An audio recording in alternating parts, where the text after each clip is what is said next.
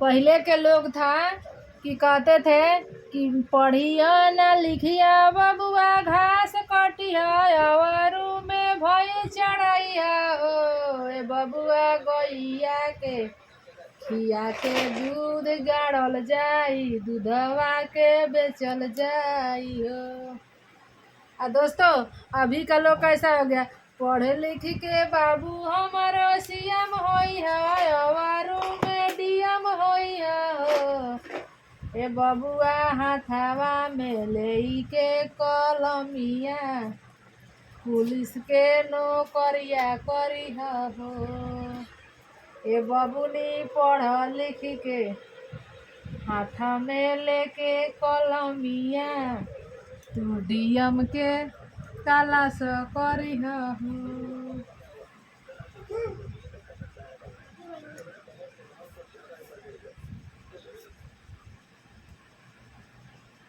गलती से गलती जवन भइल तो बोतल खानी मुहवा फुला ले हलू।